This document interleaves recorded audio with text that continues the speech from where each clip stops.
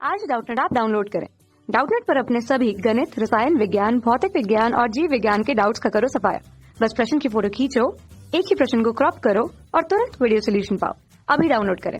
इस प्रश्न में हमें दिया है दो समान बिंदुवत आवेश Q जो परस्पर कुछ दूरी पर रखे गए हैं को मिलाने वाली रेखा के मध्य में अन्य आवेश स्मॉल q रखा गया है। Q का मान एवं प्रकृति ज्ञात कीजिए कि निकाय संतुलित रहे। निकाय संतुलित रहे मतलब कि प्रत्येक आवेश पे जो हमारा परिणामी बल होगा उसका मान 0 होना चाहिए। ठीक, तभी हमारा निकाय संतुलित रहेगा। अब इसका डायग्राम बनाएंगे, फिर इसको देखेंगे। तो यहाँ से हमने अपना डायग्राम बना लिया। हमारे पास क्वेश्चन में दिया है एक हमारे पास जो दो आवेश हैं समान बिंदुवत आवेश कैपिटल Q, दोनों कुछ दूरी पर रखे गए हैं। हम मान लेते हैं दोनों आवेशों के बीच की दूरी स्मॉल r है।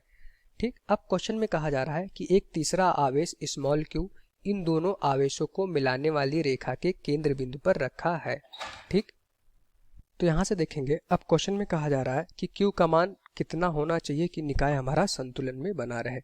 तो यहाँ से देखेंगे संतुलन के केस में जो हमारे पास ये तीनों आवेश हैं इस पे परिणामी बल 0 होना चाहिए। ठीक, हम मान लेते हैं हमारे पास इस आवेश पे अभी हमारे पास जो किनारे वाला आवेश है इस पे हम देखेंगे बल। तो यहाँ से अभी मान लेते हैं थोड़ी समय के लिए इसको अभी हम धनात्मक मान लेते हैं। ठीक, हमें Q का क्या मानना है, स्मॉल q की वैल्यू बतानी है और इसका प्रकृति भी बताना है कि मतलब ये ऋणावेशित होगा या फिर धनावेशित होगा।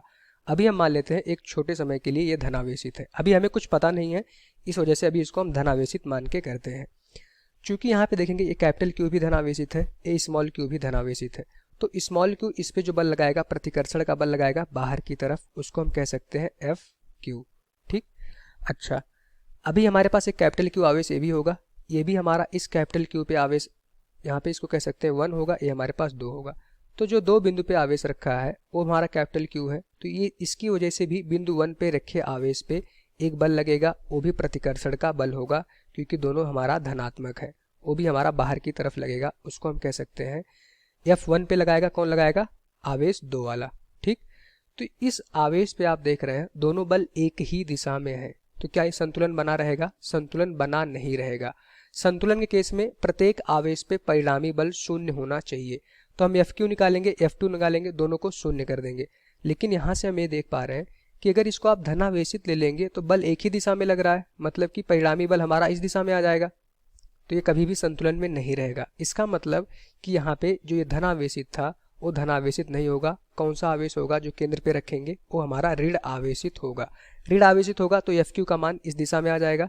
ठीक, तो यहाँ से कहेंगे दोनों बल हमारा जो होगा विपरीत दिशा में लगेंगे और ये हमारा संतुलन में बना रहेगा। ठीक, तो एक चीज हमें पता चल गई कि हमारा जो बीच में केंद्र पे आवेश रखा है वो हमारा ऋण आवेशित होगा। लेकिन अभी हम चलते हैं इसको फार्मूले से सॉल्व करते हैं। अब हमने देखा कि जो बिंदु 1 पे आवेश रखा था उस पे एक ही दिशा में बल लग रहे हैं Fq F2। संतुलन के केस में इस पे बल हमारा परिणामी 0 होना चाहिए। ठीक, इसी तरह से अगर हम आवेश 2 पे देखें तो चूंकि अभी इसको हमने धनावेशित माना है तो यह प्रतिकर्षण का बल लगेगा, इस दिशा में Fq लगाएगा। और 1 पे जो रखा आवेश है वो भी हमारा 2 पे रखे आवेश पे एक प्रतिकर्षण का बल लगाएगा, उसको कह सकते हैं F1। A1 वाला आवेश इस पे एक बल लगा रहा होगा। फिर से दोनों एक ही दिशा में आ गए, तो संतुलन के केस में हमारा ये दोनों बल 0 होने चाहिए। अच्छा, यहाँ पे देखें इस Q वाले आवेश पे कैपिटल Q आवेश बाहर की तरफ एक प्रतिकर्षण बल लगा रहा होगा। ये हमारा कैपिटल Q आवेश जो यहाँ पे रखा बिंदु 2 पे, ये भी हमारा बाहर की तरफ एक प्रतिकर्षण बल लगा रहा होगा। ये तो हमारा संतुलन में आ जाएगा क्योंकि दोनों बल इस पे विपरीत दिशा में लग रहे हैं। लेकिन ये जो किनारे पे रखे आवेश है ये हमारा संतुलन में नहीं होंगे यदि ये हमारा धनात्मक हो गया तो, क्योंकि यहाँ पे हम देख पा रहे हैं दोनों बल एक ही दिशा में लग रहे हैं। ठीक, तो पहली बात हमने प्रकृति निकाल ली। संतुलन के केस में जो ये हमारा केंद्र पे रखा आवेश होगा वो हमारा ऋण आवेशित होगा। अब यहाँ से देखें, हम मान लेते हैं कि अभी जो हमारे पास संतुलन के केस में प्रत्येक आवेश पे जो रखा बल होगा वो 0 होगा। हम मान लेते हैं F1 जो है आवेश 1 जो है उस पे परिणामी बल 0 है। ठीक, तो परिणामी बल 0 कर देते हैं इस पे। पहले निकालेंगे Fq। Fq बराबर क्या हो जाएगा हमारे पास K, Q1 की वैल्यू हो जाएगी कैपिटल Q, Q2 की वैल्यू हो जाएगी हमारे पास स्मॉल q। अभी इसको हमने धनावेशित मान रखा है। ठीक, बटे इनके बीच की दूरी क्या हो जाएगी r/2 का होल स्क्वायर। हमने क्या किया, इस आवेश जो केंद्र पे रखा था इस आवेश के द्वारा कैपिटल Q पे बल निकाला।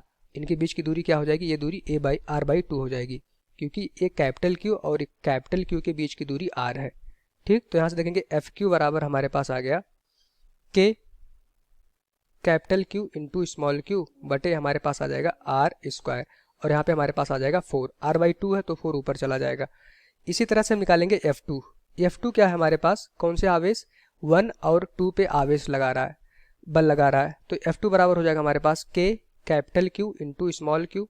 ठीक, कैपिटल Q पे बल लगा रहा है, कौन लगा रहा है, ये वाला आवेश, तो बटे उनके बीच की दूरी हो जाएगा आर स्क्वायर। तो यहाँ से लिख सकते हैं F2 बराबर हो जाएगा K Q स्क्वायर बटे आर स्क्वायर। अब यहाँ से देख पा रहे हैं आवेश 1 पे हमें परिणामी बल शून्य करना है। दो बल लग रहे थे Fq और F2, दोनों की वैल्यू निकाल ली, दोनों को जोड़ के आप शून्य कर देंगे। Fq प्लस F2 बराबर हो जाएगा हमारे पास 0। तो Fq की वैल्यू यहाँ पे रख देंगे। Fq क्या है हमारे पास 4K capital Q into Q बटे आर स्क्वायर, प्लस F2 की वैल्यू हो जाएगी हमारे पास K Q स्क्वायर बटे आर स्क्वायर। F2 मतलब कि जो हमारा दो बिंदु पे आवेश रखा है कैपिटल Q, उसके द्वारा जो बल लगेगा F1 पे, सॉरी आवेश 1 पे, वो हमारा F2 हो जाएगा। अब यहाँ से इसको हम 0 कर देंगे, 0 होगा तभी यह हमारा संतुलन के केस में बना रहेगा। कोई भी वस्तु संतुलित कब रहती है, जब उस वस्तु पे परिणामी बल शून्य होता है। तो यहाँ पे हमने देखा दोनों बल एक ही दिशा में लग रहे हैं, इनका परिणामी क्या हो जाएगा, Fq प्लस F2, इसका मान शून्य होना चाहिए। ठीक, अब यहाँ से देखेंगे, इसको हम सॉल्व कर लेंगे। KQ बटे आर स्क्वायर अगर यहाँ पे हम कॉमन लें, KQ बटे आर स्क्वायर, तो अंदर हमारे पास क्या बचेगा, 4 इंटू स्मॉल क्यू प्लस यहाँ पे एक कैपिटल Q बचेगा, इसकी वैल्यू हो जाएगी हमारे पास 0। तो यहाँ से देखेंगे 4Q प्लस स्मॉल q बराबर आ जाएगा 0। हमें क्या निकालना था, स्मॉल q की वैल्यू, तो 4Q बराबर आ गया हमारे पास माइनस Q। ठीक, अब Q इजिकल्स टू यहाँ से हमारे पास आ गया माइनस कैपिटल Q/4। तो हमने क्या देखा था, पहले ही हमने बता दिया था कि जो हमारे पास केंद्र पे रखा आवेश होगा वो धनावेशित तो नहीं हो सकता, वो होगा हमारे पास ऋण आवेशित, और उसका जो परिमाण होगा Q/4 हो जाएगा।